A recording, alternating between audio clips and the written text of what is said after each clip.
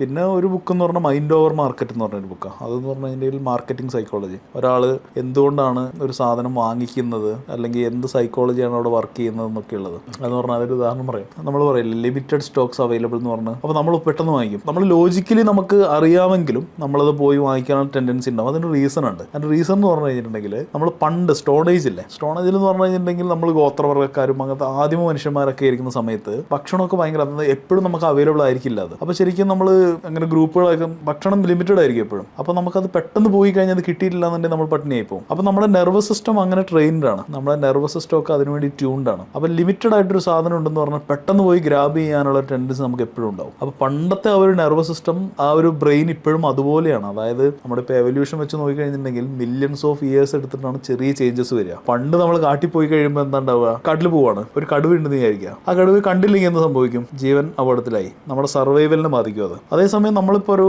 Apple കണ്ടില്ല എന്ന് വിചാരിച്ചാൽ കുഴപ്പമില്ല, നമുക്ക് ഒരു നേരത്തെ ഭക്ഷണം പോകുന്നേ ഉള്ളൂ. അപ്പോൾ ഈ കടുവയെ ഇത്രയും നമ്മൾ ഫോക്കസ്ഡ് ആയിരുന്നാൽ മാത്രമേ കടുവയെ കാണാൻ പറ്റുള്ളൂ. അത്രയും അലേർട്ട് ആയിരിക്കണം. ത്രെറ്റ് ഐഡന്റിഫൈ ചെയ്യാൻ വേണ്ടിയിട്ട് നമ്മൾ എപ്പോഴും വളരെ ഫോക്കസ്ഡ് ആണ്. നമ്മുടെ ബ്രെയിൻ അതിനുവേണ്ടി ഫുള്ളി ഫോക്കസ്ഡ് ആണ്. പക്ഷേ മില്യൺസ് ഓഫ് ഇയേഴ്സ് എടുത്താൽ ഈ ചെറിയ ചേഞ്ചസ് വരുള്ളൂ. പക്ഷേ എന്ത് പറ്റി, ഒരു 100 കൊല്ലം കഴിയുമ്പോഴത്തേക്കും നമ്മുടെ കംപ്ലീറ്റ് സറൗണ്ടിങ്സ് മാറുകയാണ്. പക്ഷേ നമ്മുടെ ബയോളജിയും നമ്മുടെ നെർവസ് സിസ്റ്റം ഒക്കെ ഇപ്പോഴും പഴയ ഒരു നെർവസ് സിസ്റ്റം ആ ഒരു രീതിയിൽ വർക്ക് ചെയ്യുന്നുണ്ടാവുക. അപ്പോൾ എന്ത് സംഭവിക്കും, നമ്മളൊരു ഡിജിറ്റൽ ഏജിൽ ഒരു സ്റ്റോൺ ഏജ് നെർവസ് സിസ്റ്റം ആയിട്ടാണ് ജീവിക്കുന്നത്. പഴയ ത്രെറ്റ് ഇപ്പോഴും ഉണ്ട്. ഇപ്പോൾ ഞാനിപ്പോൾ ഓഫീസർ എക്സാമ്പിൾ എടുക്കുകയാണെന്നുണ്ടെങ്കിൽ, ഒരു മീറ്റിംഗിൽ പോയി സംസാരിക്കുക എന്ന് പറയുന്ന ഒരു ത്രെറ്റ് ആയിരിക്കും. അല്ലെങ്കിൽ സ്റ്റേജിൽ കയറി സംസാരിക്കുക എന്ന് പറയുമ്പോൾ എന്താ സംഭവിക്കുക, അതൊരു ഈ ടൈഗറിനെ കാണുമ്പോൾ ഉണ്ടാവുന്ന അതേ റെസ്പോൺസ് ആണ് നമ്മളുടെ സ്റ്റേജിൽ കയറി സംസാരിക്കാൻ പറയുമ്പോൾ ആൾക്കാർക്ക് ഉണ്ടാവുന്നത്. അതുകൊണ്ടാണ് ബ്ലാങ്ക് ആയി പോകുന്നത്. എന്തുകൊണ്ടാണ് ബ്ലാങ്ക് ആയി പോകുന്നതെന്ന് അറിയോ? അതായത് നമ്മൾ കടുവയെ കാണുമ്പോൾ എന്ത് ചെയ്യണം, നമ്മുടെ ലോജിക്കൽ ബ്രെയിൻ അവിടെ വർക്ക് ചെയ്യാൻ പാടില്ല. അവിടെ ഓടുക എന്നുള്ള ഒറ്റ ഓപ്ഷനേ ഉള്ളൂ, ഓടുക. അതായത് അവിടെ ചിന്തിക്കുക, ഞാൻ മരത്തിൽ കയറണോ, അവിടെ പോകണോ, ഇവിടെ പോകണോ എന്ന് ചിന്തിച്ച് കഴിഞ്ഞിട്ടുണ്ടെന്നുണ്ടെങ്കിൽ നമ്മളെ സർവൈവലിനെ ബാധിക്കും. അപ്പോൾ എന്ത് ചെയ്യുന്ന പറഞ്ഞാൽ നമ്മുടെ ലോജിക്കൽ ബ്രെയിനിലേക്കുള്ള എല്ലാം ഷട്ട് ഡൗൺ ചെയ്തിട്ട് നമ്മുടെ കയ്യിലേക്കും കാലിലേക്കൊക്കെ ബ്ലഡ് സർക്കുലേഷനെ കൂട്ടി നമ്മൾ ഓടും. നമ്മൾ ഇന്ന് വരെ ഓടാത്ത സ്പീഡിൽ നമ്മൾ ഓടും. അതേ ചെയ്യാൻ പാടില്ല അവിടെ. അപ്പോൾ നമ്മൾ ബ്ലാങ്ക് ആയിരിക്കും, നമുക്ക് ചിന്തകൾ ഉണ്ടാവില്ല.